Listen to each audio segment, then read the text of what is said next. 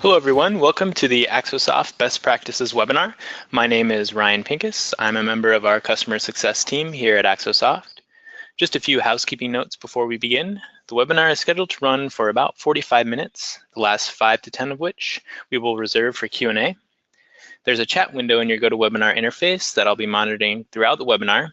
If you have any questions, feel free to throw them in chat. And if I can't get you an answer, we'll circle back around to them during the Q&A. At the close of the webinar, we'll have a brief survey for you so we can see how we did today. This webinar is being recorded, and everyone that registered for the webinar will be emailed a link to review it on our Axosoft YouTube channel. If you haven't subscribed to our YouTube channel yet, I would highly recommend it. You'll be notified when new videos go up, and it's a great way to stay current on the latest features and provide resources to the Axosoft users in your company. If you're having any technical issues during the presentation, like you can't hear us or you can't see the screen, just let me know in chat and we'll adjust the situation. All right, let's get into some best practices. It's my pleasure to introduce our Director of Customer Success, Jonathan Silva. Jonathan has been with Axosoft for over 3 years, so you've probably worked with him on a support ticket at some point over the phone or via email. He's also in charge of our account management, onboarding and implementation sessions, and he's the resident voice of our videos on the Axosoft YouTube channel. So without further ado, here's Jonathan. Thank you very much, Ryan. Hopefully everyone can hear me. So if you are a regular attendee to our webinars, welcome back. And if this is your first webinar, welcome to the first Axosoft webinar. It's glad to have you here. Today's presentation will be as follows. So when you registered for the webinar, you may have seen some of the major highlights that we were looking to go over today. And these are just some of the major ones that I'll cover. The first being the work item use case. This first agenda item is mainly for customers who have been with us for a few years now. So if you're someone who joined over 1.5 years ago, this is a use case that will likely be new to you. If you're someone who has been with us or who just joined us in the last 1.5 years, this is likely something you've already implemented. So hopefully either way, you'll get some value out of this first use case, the work item use case. And then I'll be talking about some best practices that we picked up about where do you put your backlog? What's the best way to organize your release? And then from there, we'll dive into the help desk side of things. What are some common practices we see there with, escalating an item, a ticket over to a feature request or a defect? I'll be going in depth with one example, so definitely diving into the details here. And then I'll also be including just some other practices that I've just been collecting, throughout the conversations that I've had with customers, support tickets, implementations. Throughout the years, I just talked to lots of folks. I've seen what works, and I've seen some practices that I would like to share with you all today. And then, of course, towards the end, we'll reserve some time for Q&A. If you have any questions, as Ryan mentioned, please post them in the GoToWebinar control panel. We'll definitely try to answer them as we go along. Otherwise, we'll also just take a note and see if we can answer those towards the end of the session. Okay, so before I begin, I do want to preface the presentation by saying what is a best practice. And today I plan to present a series of ideas. Whether or not you decide to adopt these ideas is up to you. Not every idea I present today will be for you. Every team is different. Axosoft has a variety of customers, a variety of use cases, different companies trying to achieve different goals. And as a result, they have different needs and they value certain features over others. What you might feel is super important and critical to your organization, another customer would not use at all. And so that being said, I'll be presenting each best practice and I'll try to present the pros and cons of each, because hopefully by presenting here's the advantage or here are the trade-offs, you can make a decision about whether or not you wish to implement what I present today into your practice. And even with the general presentation of the idea, there might be some details that go with just your specific use case. We're also happy to work with you there, even well after the webinar. So the first one is the first agenda, the work item use case. And this is targeted for, I'm presenting this specifically for customers who have been with us over 1.5 years. If you're someone who's joined us recently, this is likely something you're already using on a daily basis. And this is how you've configured your Axosoft. But I do want to get into what the work item use case is for those older customers, especially maybe the installed customers out there. So Axosoft is traditionally segmented in this way. So I put together this graphic here. Axosoft allows you to have different classes of items. And so if you're a newer customer, this might be something that you saw initially where you have say your tickets or your incidents are, its own workflow, it's its own use case. You might even have a completely different team, in that part of the product versus maybe your developers, your QA folks. They're more focused on actually getting development items. These are the items that are getting assigned to release. The major advantage here is that, maybe these teams never really talk to each other, or maybe they do, but their primary items of work are broken out into the different workflows, into different field templates. And so that's the advantage of having, your features or your work items or your tickets all right here. You can still have these broken out, but still related to the same project folder. So the same row is project A, the same row is project B, but I can have these different classifications. So the biggest difference then is, so what's the work item? What's the use case? The use case is this. So I'm going to jump to the next slide here. Within one category, so in this case, I've labeled this work items, I can break out my work items into different classes, different categories. So this is the custom field that is called work item type. And that's really literally all it is. It's a custom field, a custom list field with certain categories already put in place. So user story, task, epic even some teams like to use. And I'm going to show that in the product and show you how that would work. So let's jump over to Axosoft. So hopefully you see my screen. Hopefully you see Axosoft. And what I'll call your attention to is this column right here, which I have called the work item type. So this is the end result here. The end result is I'm still working out of one tab, the work items tab. And this work items tab, if you're someone who joined a few years ago, maybe this was the features tab or the Scrum tab or the product backlog tab. It's gone through different names. All I've done is renamed it to the work items tab in an effort to make it more generic. And so as a result, I have just one tab, and my parent can technically be a epic, quote unquote, and then underneath it, I have user stories. Or if I wanted to, I can create bugs, or underneath it, I can create tasks. Now keep in mind on the back end, everything is still technically a work item, but I've subcategorized every single work item using this custom field, this work item type. So that's basically what this use case boils down to. The reason why some customers like doing this is because it simplifies things for them. It allows them to only really have their users, their team members work out of one tab, and they can break items down into, it just helps them mentally segment the work, like, oh, this is a quote unquote user story, a quote unquote defect. In case you're curious about if you're a current customer and you want to create something like this, the way that you would do it is you would go to Tools, Fields, and then you would go to Custom Fields. And so here's the field that I have right now. It's called Work Item Type. It's using a list that I've built that's been pre-built in my case. So when I go to edit this custom field and I go to Manage, I can scroll down and here I see the work item type. And it's broken down to epic, user story, task. And you can add different categories as well. Okay, so what's the trade-off of using this compared to how Axosoft used to, or actually still does support configuring the account? So let's go back to this. So this is, if you're someone who's been with us for years, this is likely the configuration you use. You may have just labeled this differently. So you have maybe features here, defects here, tickets, and so you get up to 4 item types globally, especially if you're someone who's been with us for a while. The trade-off here is that if you do decide to use something like work items, you are limited to just one workflow, one field template per project folder. So that is the trade-off here. So whatever you decide to use here, every single item will follow the same workflow. It's probably easiest to see if I go to card view here. And I'm going to pull out the organize panel. I'm going to select this project folder, go to card view. Okay, so you only get one workflow. So there's one trade-off there versus if you were just using the traditional type, you could have your own workflow for work items and your own workflow for tickets all within one project. And that's still the case today, but that's the limitation of working within the work items type. So that's the major distinction there. I will say that if you're a legacy customer and you are interested in configuring your account in this way, There are some things to keep in mind.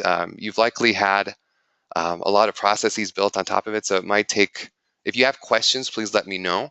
You can just send us a quick email to success@axosoft.com, and I'm happy to work with you if you're interested in implementing something like this, but you have some follow-up questions on how it would look. Okay, I do want to say a few extra things before I continue to the next item here. First of all, I am running version 17.1 on this account right here. So what you see in front of you is version 17.1.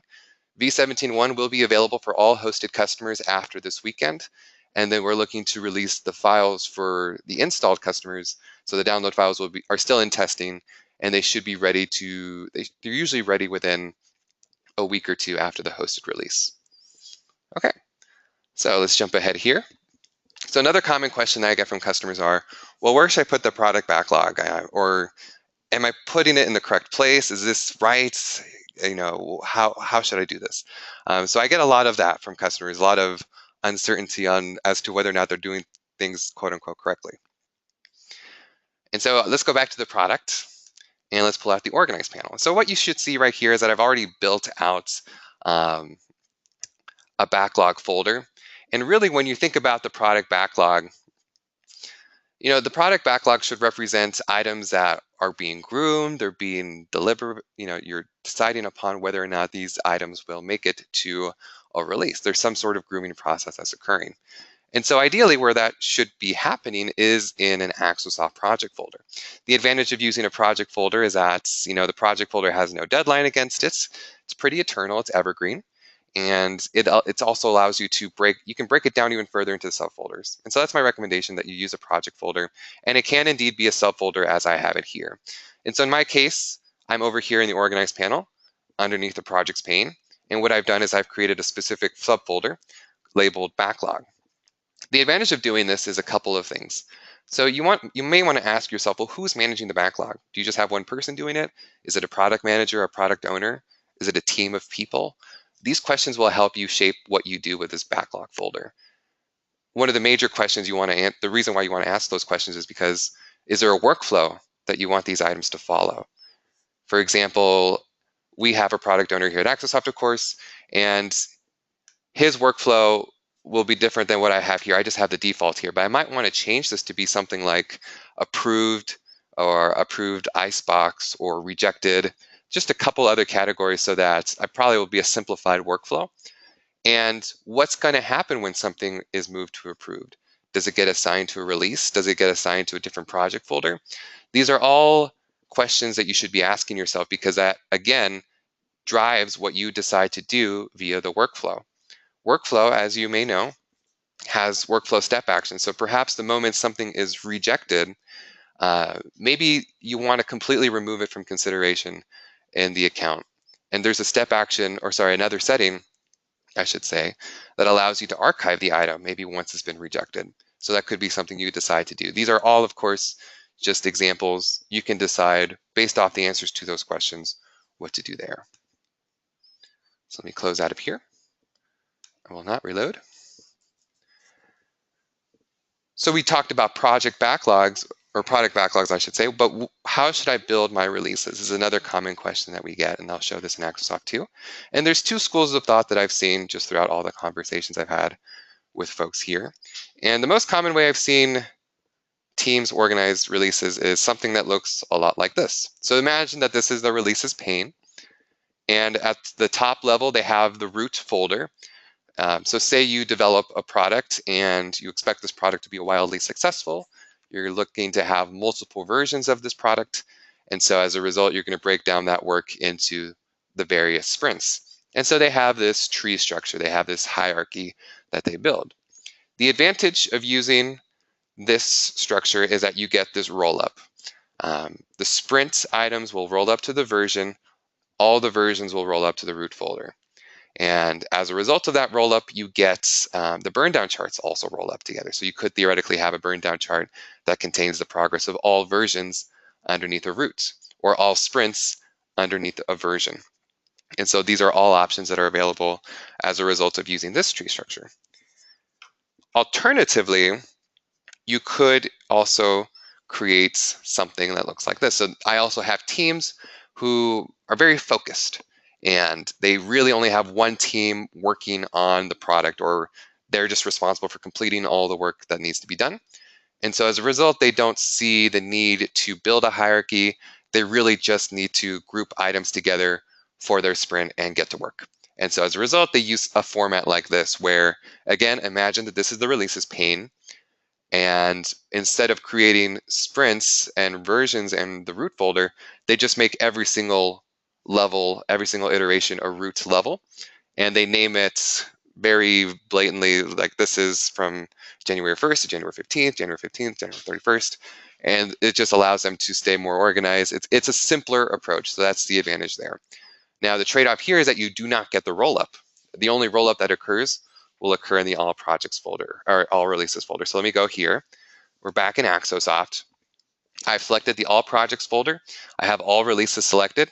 And hopefully you'll see here, let me try to extend this a little bit more so I can just call attention to it. So here I have both examples. So the Death Star project is the root folder. Here I have version 1, and version 1 contains items from both Sprint 1 and Sprint 2. So here you're seeing how the roll-up occurs all the way from sprints to the version, and then the versions to the root folder. One additional thing, you can go deeper than this. I've only gone 3 levels, but you can go beyond 3 levels. We don't stop you from going even further if you wanted to. Same thing for project folders. I know in my example, I only have a few levels, but you can go deeper if you need to as well. And then just to finish the thought, here I have items that are explicitly only assigned for May 1st to May 15th, and then May 16th to May 31st. And here I don't have any items assigned yet. Here I do have a few items assigned as well. So these are the different approaches you can take. Really, the release, as long as you have a release, you will be able to take advantage of the burn down chart and some of the information that's available on the dashboard as well. And so because we are talking about releases though, let's get to the burn down chart itself. How does the burn down chart work?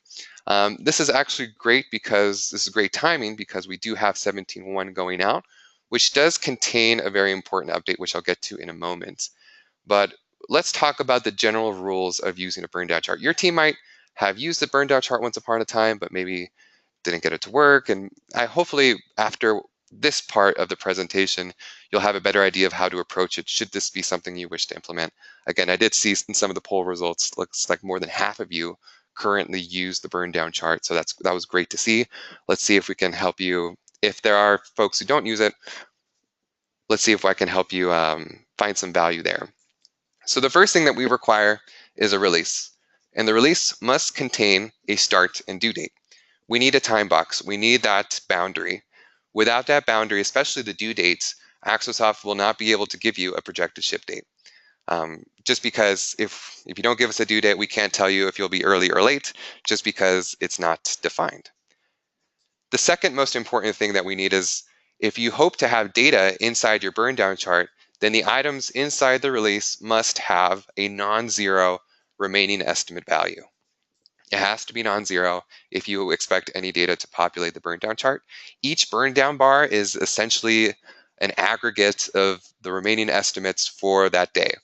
And so as each day goes by, Axosoft is taking a snapshot at how much time was remaining for all the items in your release. And ideally, that's burning down towards 0, which is eventually what we use to calculate your velocity and to calculate your projected ship date. Then the last thing that I'll go over before I hop over to Axosoft the product are work logs. And this is the caveat. So in order to get the best performance out of the burn down chart, you do want to use work logs. Your team members should be logging work, especially if tracking time is important to you, if that's a requirement that you have on your team. The only way that you're going to be able to capture that information is if your team members are logging work logs. Now that gets me to what's changing in version 17.1. And so there is a significant change that's happening with version 17.1. If you're a customer who's been with us for a while, then this actually might be a familiar feature. And so since about 1 year ago, we made an update to the burn down chart. And let's pull out a burn down chart here just as an example. Let's do sprint 1. I'll click show charts. Okay, and I'll do sprint 2 since this one's still in progress. Okay, so the way the burn down chart worked before 17.1 is that it required that you enter a work log if you wanted any update to the burn down chart to occur. With version 17.1, we now allow you to indirectly make changes to or you can directly modify the remaining estimate, and that will update the burn down chart for you. So what does that mean? What does that mean? Okay, so let's collapse the organized panel.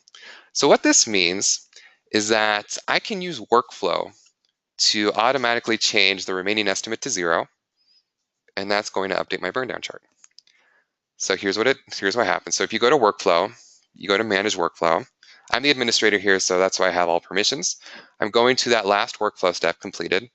And this might be a setting that you already have enabled, but it's now going to actually be a significant setting. And here's what it is. The remaining estimate will automatically change to 0 when an item moves to the workflow step completed. So that's the most significant change here. And a couple other things happen, but that's the one I wanted to point out. I'm going to close out. I'm not going to tell Axosoft to make any changes since I didn't change anything. And what I'm going to do is I'm going to take user story 17 and I'm going to change it to completed. Before I do, note that there's 103 hours remaining based off of today's total.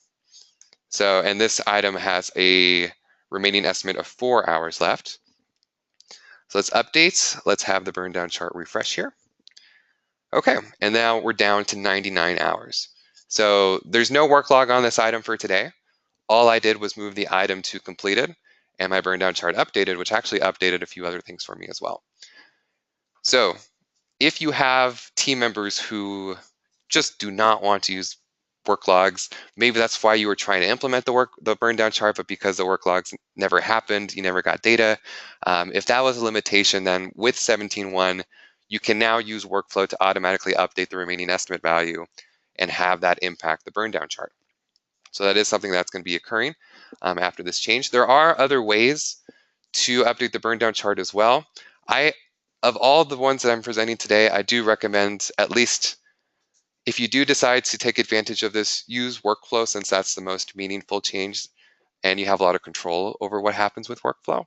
But then the other thing you could do is I'm going to use the keyboard shortcut D, and this brings up this window here, and it allows me to update the durations. Now, I normally don't recommend directly updating the durations unless this is a conscious decision being made by the team, but this is another place where you could update the durations. But at this point, if you're willing to fill out that form, I would recommend filling out a work log instead. And I just hit W on my keyboard. That's what pulled up this window here. All right, just checking my notes here. All right, so that's burn down charts. I also want to get to another release question that we get often from teams. How can I roll over items to the next sprint? Okay, so there are some trade-offs that I'll go over for a couple ways that you can do that. So there's two main ways. The most straightforward way of rolling, quote unquote, an item over from one sprint. So maybe you had a group of items that you were working on and some work just did not get completed and you want to continue that work into the next iteration. So what do you do? So the easiest thing to do is, of course, to take an item, so maybe take 21 and reassign it over to the next iteration. Now, the problem that some teams have with just outright reassigning an item is that you do lose this historical integrity of what items were in a given sprint. So maybe you want to be able to look back a few weeks and see, hey, what items did we do in, at the beginning of February? And you can just go back to Axosoft, select the release, and you'll see, or you just run a filter and you can see all of those items. But if you're actively reassigning items that carried over, the list that you see will be incomplete as a result. So what can you do to mitigate this?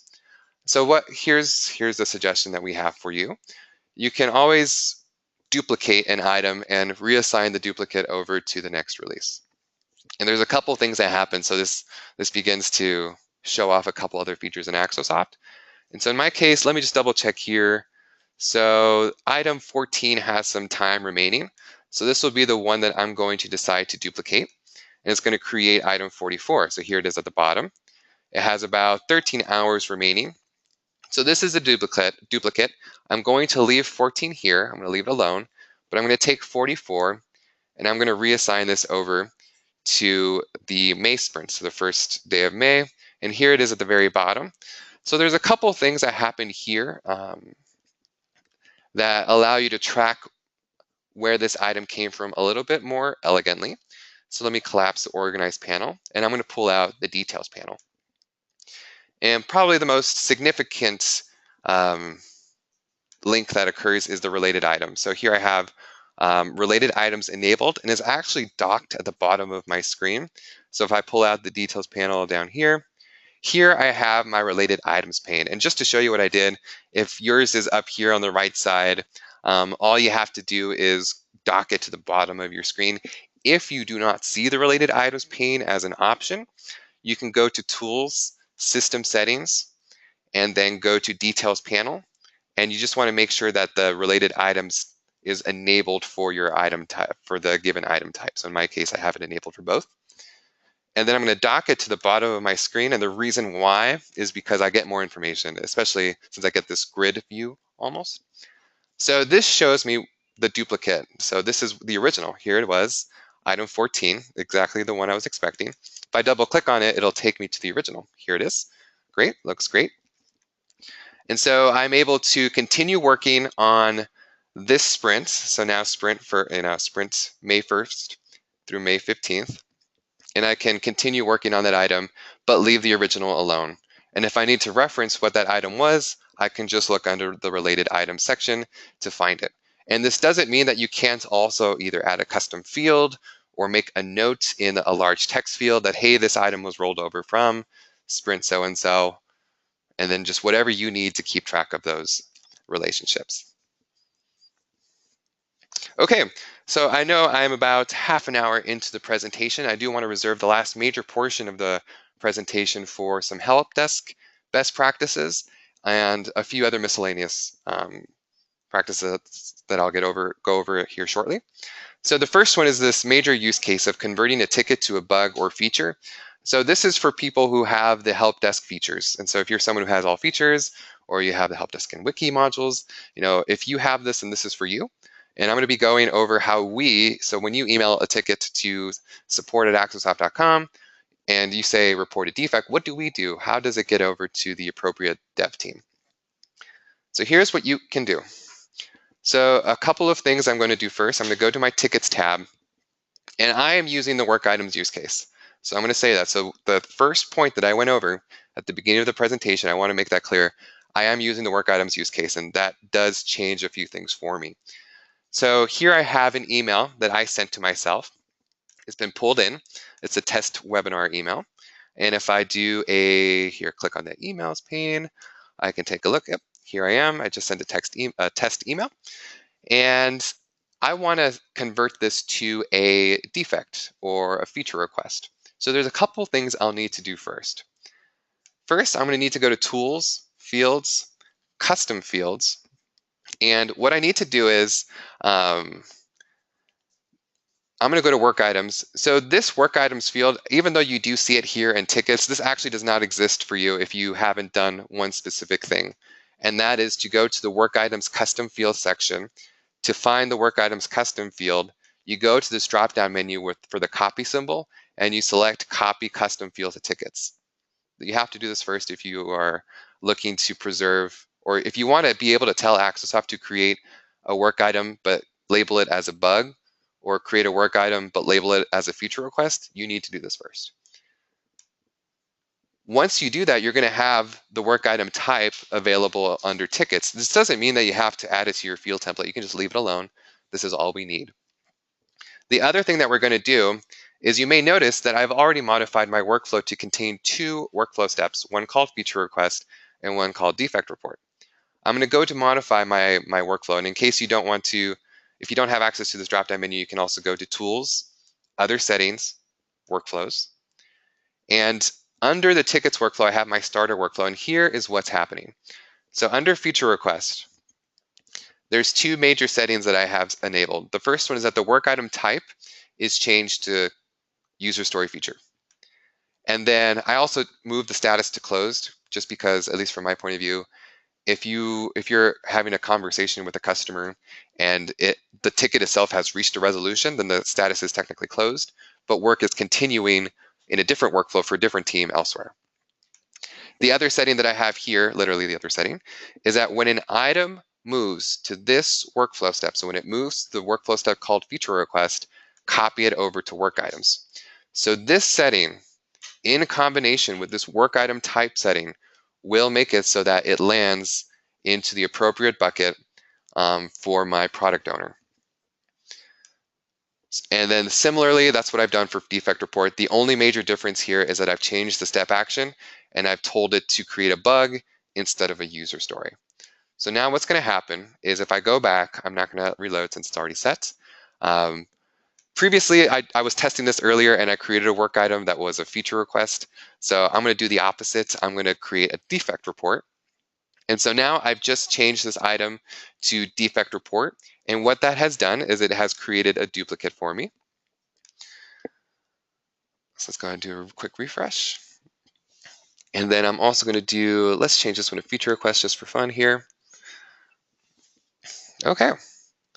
And so now if I double click on this item, I'll see that here's work item number 42. So you see here, it's a work item. Here it is, it's 42. And I have technically escalated this item, quote unquote, to a different backlog. So that's what occurs here. I can have it set so that my support team members can move it to this workflow step, and then the moment it's copied, the copy goes over to the project folder that's being monitored by either my QA team or my product owner, so that they can go ahead and move it to the next workflow step, continue on to the next workflow. So that's the use case there. That's how you can take advantage of that workflow setting, and that's how you can tag items the appropriate work item type when you are creating a copy. If you are a customer who's been with us for years, you have a different option, and the only major difference is that when you go to manage your workflow and you go to select what it's being copied to, you would just have the options here to move it over to a different bucket if you're not using the work items use case, right? So that's the assumption. If you're not using the work items use case, you probably already have a bucket that you can dump them into, and that it's just one setting in your case. It's much easier there. Well, trade-offs there too. In this case, I'll allow it to reload as I return back here. Okay, since we're on the topic of email, I want to talk about some special options that are available with your IMAP connections. And so let's go back here to Axosoft, and I'm going to Tools, Other Settings, Email Accounts. First of all, since I'm running 17.1, I do want to point out one feature that I'm a big fan of, and that's that this now has an account name. So if you are someone who has multiple email account connections, definitely felt for you, as it may have been difficult to know which one to edit. Now you can, with 17.1, you can edit an existing email account connection and you can name it something appropriate. And so in my case, in this example, I've labeled this the high priority tasks, or high priority tickets, I should say, email account. And the reason why is because this is an IMAP connection. I'm using Gmail, and I have enabled IMAP for my Gmail account. It's a test account that I have. And essentially what I've done, let's test the connection, is I have created a subfolder, a label in Gmail that takes advantage of all the filtering capabilities that Google already has available. So Google looks at the subject line, the from address, the to address, the contents of the email itself. I can use all of that to create conditions that funnel certain emails to a certain label.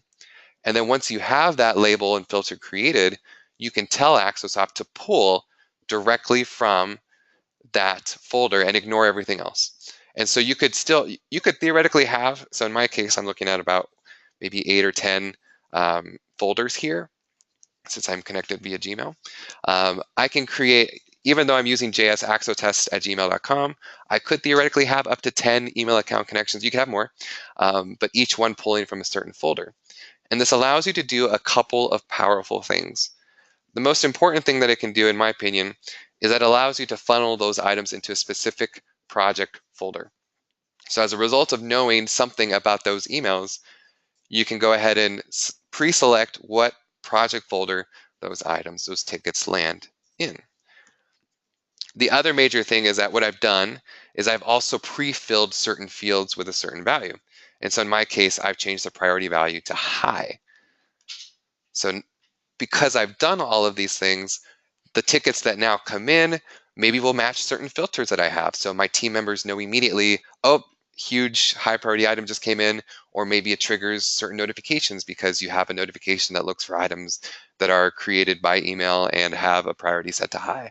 So there's certain actions that you can take advantage of just by knowing a little bit more information about the emails that are getting pulled in. If you have a Gmail or an email account connection that supports IMAP, this is one thing that you can take advantage of today. Okay, so I got a few more before we get to the Q&A here. There's a common question that we get: how often should I archive items? Archiving items are a way for you to not delete data, but help improve performance for your account. So here's what's happening in Axosoft. In Axosoft, when you go to load your screen, especially the list view, Axosoft in the back end is going through and searching for all items that match your filter. The fewer items that you tell Axosoft to look through, the faster it's going to be. And that's where archiving helps. Archiving is just a simple flag. So I'll show you what I mean here. I'm going to click multiple items and then hit edit. And archived is available as a field, and that's all it is a checkbox. So this doesn't delete data. You're just setting a checkbox to true, and the moment you do, it's by default, it'll just be removed from view unless you tell Axosoft to show those items. If you're looking to archive items in bulk, to answer the main question here, how often should I archive items? Really, once a year should be enough. You could archive more frequently if you chose to, but as long as you're doing it every once in a while, you should be able to take advantage of the major benefit, which is increasing performance for your account, giving it a boost. So the way you would archive is that you would first need to create a filter. Say you want to create a filter that looks at items that were created in 2016 and the last modified date is older than 6 months. So something super safe, at least from my point of view. That's definitely wouldn't be interested in those items, especially if they were all closed too, if I added that condition. So say I had that filter already, I'd be able to go to Tools, Utilities, Archive Data. You will have to be an administrator to be able to do this.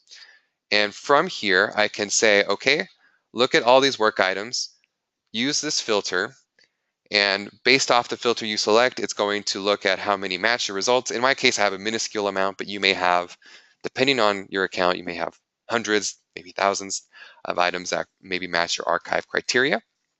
If you're not comfortable archiving those items just yet, one recommendation is that you just run the filter that you're going to use for your archive here in the grid and take a look. Just take a cursory look through all the items. Does this look like what you want to filter out or archive?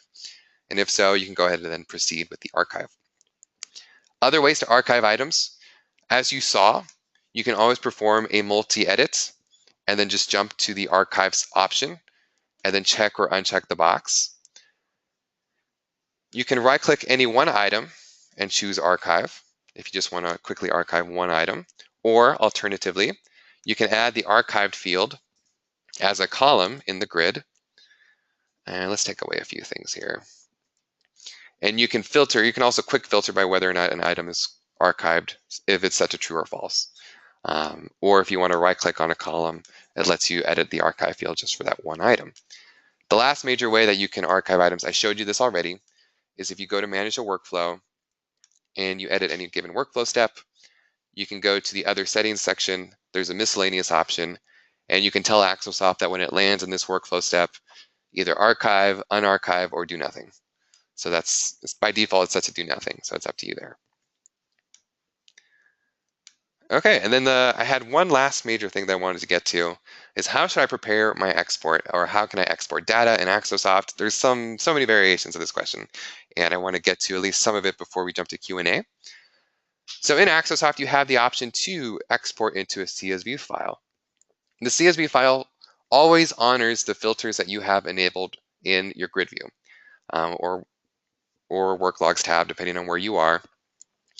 And my recommendation is first use the organize panel. Use the organize panel to your advantage. If you have a certain project folder that you want to look at, if you have a certain release, I have May release selected, filter down to that first. And you can use, the project folder, the release selection, the user selection if you want to filter down a certain user or a certain customer contact who's associated to all those items.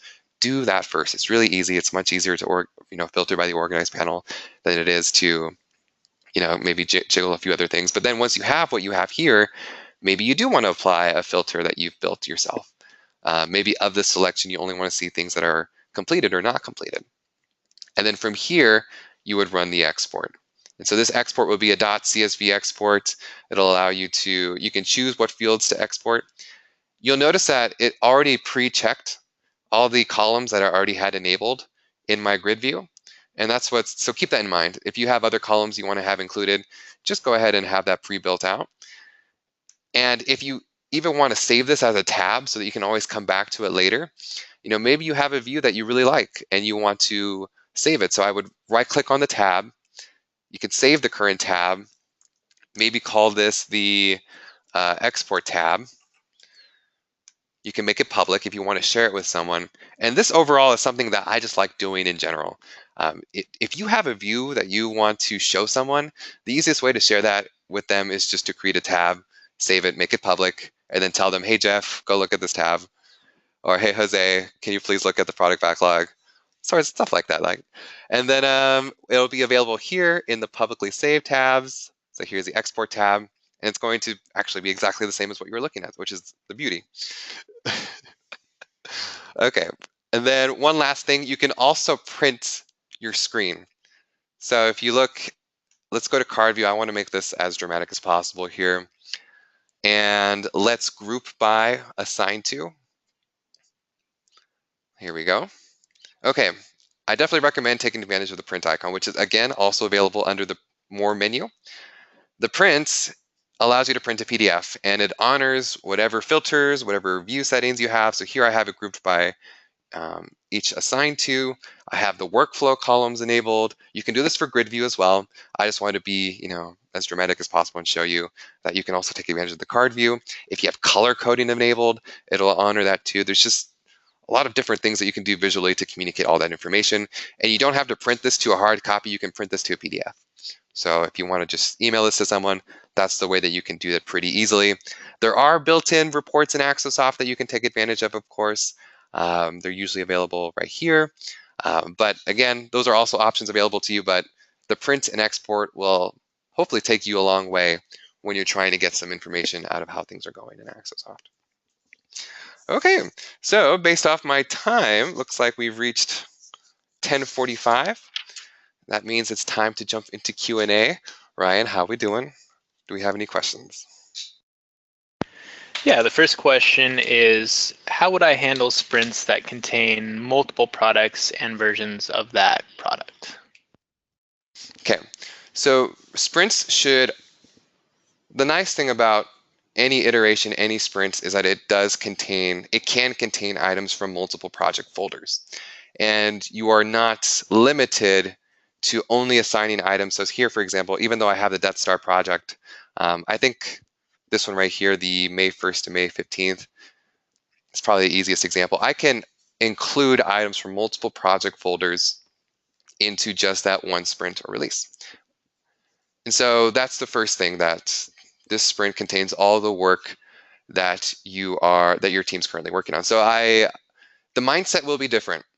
The mindset here is that whatever burn down chart you have will just show you the progress of this collection of items. I know I get a lot of teams who ask, well, that's great. I get a progress report of how those how that burn down chart works for that collection, but how do I get an overall picture of how one specific project folder is doing? And so you won't get a burn down chart for a project, right? Because a project does not have a due date, or not a due date that could be enforced or shown in a burn down chart. But if you do have multiple releases, maybe each one is broken down by product, then you could have different burn down charts for each one. So, but then the trade-off there is that the work in each release does not contain all the work that everyone's working on. So the limitation here is that every single burn down chart must be tied to one release. What you put in the release is up to you. You can put items that just belong to one project folder, or you can put everything that your team will be responsible for in that time period. Of the two, I think showing what everyone's working on will be more valuable. If you were looking to get some information about how each project folder is doing, then you might want to move away from using the burn down chart and perhaps just, there's a lot that you can do just with the organized panel, just with the grid view, and just by grouping. One of the biggest things that you can do, for example, is select a project folder and group by workflow step. And then already I get some quick totals. Let me quickly collapse all of these. I can see where each item is, how many items are sitting in each workflow step, and how many hours are remaining. And I'm only looking at the project level. This is completely agnostic of what items a release or what release an item has been assigned to. So those are a couple ideas. Hopefully that gives you some food for thought there. All right, the next question would be tracking non-development tasks along with development tasks, and kind of for teams that are in charge of not only development, but the implementation as well. Okay, so tracking non-development items. So the question becomes, are you looking to have a burn down chart for these non-development items? Or are these non-development items affecting the overall projected ship date of the release? And if that's the case, then it does make sense to assign these non-development items to your existing sprint. But in my case here, since I'm using the work item use case, I could create a separate category and call it a task. And the task has its estimate. The advantage here is that I can create, let's do it. Let's do a quick example. Non-dev example. And then I'll call this a task to do. But I'll assign it to someone. Let's give it to Darth Vader, even though he's inactive. So the advantage here is this item 45 is a non-development item. I can go ahead and assign it to an existing release. And any estimate values, especially the remaining estimate, will contribute to the burn down chart, will contribute to the release. And then you can filter them out if you only want to see items that are dev only, development items only. You would only need to filter by the work item type. There are other ways to do this, of course, as well. I mean, if you want to have a separate project folder that are only for non-development items, that's one approach. I've seen teams use a completely different item type to track non-development items, and that's another way of doing it too. I know this is not necessarily the most appropriate use case here, but I'm going to jump to the tickets tab. And imagine I've renamed the tickets tab to tasks. I've seen teams just manage their non-development items as a separate item type completely. And then so I'll be building out all these items. I can then assign those to the release, or I can assign them to each team member. They still belong to the same project folder, and then they could be worked on concurrently with the other dev items.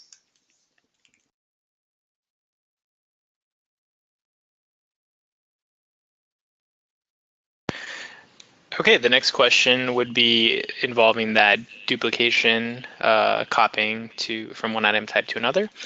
The question was, when you duplicate the stories and you mark one completed, does that mark all of them complete? No. If you create a duplicate of an item, it gets back to the relation. What's the difference then between a related item and a parent-child item? So that's really the distinction that's occurring here. So if you do create a duplicate, the duplicate is virtually independent of its original. The only thing linking the duplicate to the original is that relationship that I was showing you in the related items pane. Let me pull out the related items pane here really quickly, and let me clear out my grouping. Here we go. I think it was item 44 or 14. I had a related item. So this is it. This is the extent of the related items, in that it only provides a link. It will not enforce workflow step changes. The only relationship in AxoSoft that will trigger a workflow step change is a parent or child item. And the way you can configure that is if you are in any workflow step, and let's hit ready for testing, and then jump to other settings. This is where it is, the blocking and auto advance. So you can set conditions that either move a parent to a certain workflow step based off of where the children land. You can prevent the movement of a certain item to a workflow step if other children or parents are in a certain workflow step.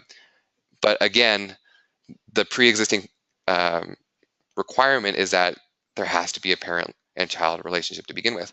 The related item won't do that. It only just creates the link. If you mark an item as complete in the new release, you'll have to go back and make sure you also update the original item if you choose to.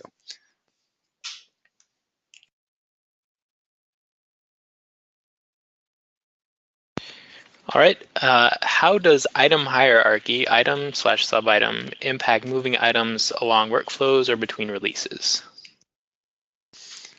So I did get to how it affects moving items through a workflow. Basically, the parent-child item relationships are driven, or you can drive each other's workflow here through the auto blocking and auto advance. And then as a result, you could also indirectly, if you're looking to update the fields themselves, so moving an item through a different release. I don't know if there's a use case where this would make sense, but or at least not one that comes quickly to me, but you might have one. You could theoretically reassign an item to a different release the moment it reaches a certain workflow step. So I don't know if this would be something that's more appropriate for, say, the product owner who is moving an item through their grooming process, and maybe the last workflow step auto assigns it to the next release. Now that's something that you would have to maintain because this field has to be manually updated as you create additional releases. But that would be one thing you could do if you're the product owner or product manager and you want to have everything that gets moved into, or maybe you can do it conversely, don't assign it to release, maybe you assign it to a certain project folder when it reaches a certain stage. So lots of options that are available as a result of using either blocking or auto advancing or workflow step actions.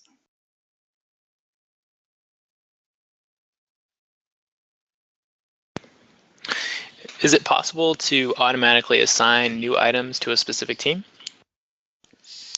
Yes, and so for example, our sales team does this where they have tickets that come into their sales queue and it's a support question. And so it's something that would be handled by a different team.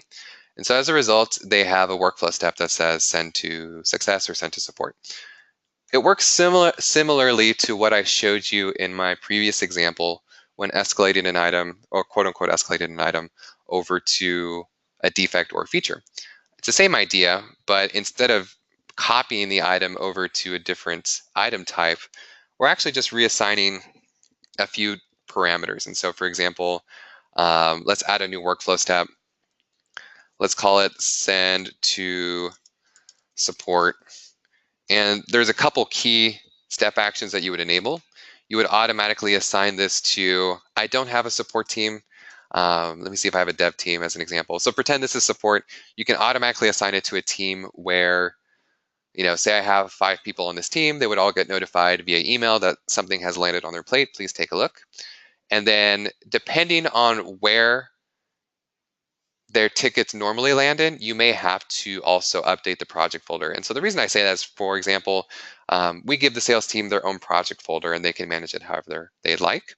But we might have a different project folder for support tickets. And so when something moves to this workflow step, you may also want to update the project folder itself.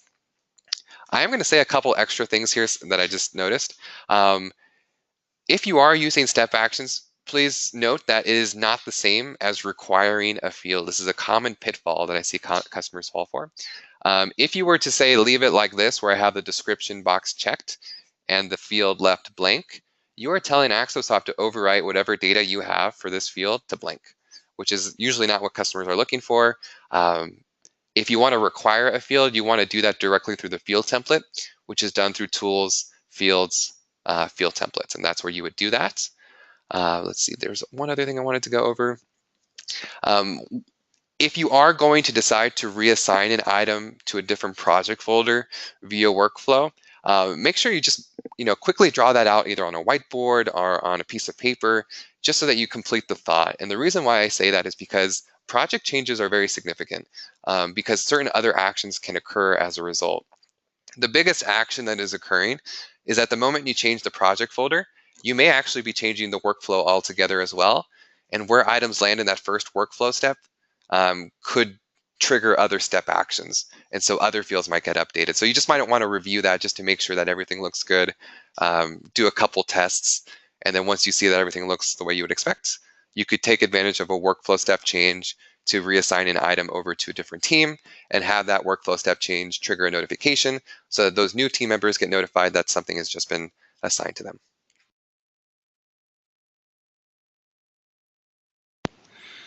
What is the best way to pull a report of hours worked per sprint by user? Okay, so previously I was talking about exporting, and I actually missed an important detail. All of what I showed you before is available in the work logs tab, or a grand majority of it. So I have a built-in tab, work logs. If you try to go to add a tab and you don't see work logs, same thing, go to Tools, System Settings, and then under General, just make sure you have it enabled. And you might also want to make sure you have the History tab enabled as well. And so here I have a list of all the work logs. In my case, I have a filter that's looking at all work logs logged this week. You can take advantage of the Organize panel. This is something that a lot of users actually don't know is available. And you can select each user, and then you can select a release. You can select a project folder. So you can essentially take advantage of the soft filters that are available in the Organize panel to filter what you need in terms of work logs. So only show work logs from this user, from this release, from this project. And then once you have that, you can export or print. A couple other caveats, we have custom fields available for work logs. So if you were to go to Tools, Fields, Custom Fields, we have a section for work logs in addition to projects, contacts, and customers. And so if you have, say, a billing team, maybe you have a billing ID or a department, or there's just some other parameter that you want to capture so that when you export it to a spreadsheet, you can easily give it to them. You can add a custom field that captures that information. So it could be a list. Say you only have 5 billing codes. So you can have each user, it's one advantage of using a work log. You can capture that information and then have it included in the export. It can be any custom field, and then you can add the custom field to the work log template. And it'll, as long as people are putting data in it, it'll be available as a column here on the right side. So here's work log work type, for example. I can go ahead and add that, and that'll be included as an exportable field when I go to Tool, More, Export.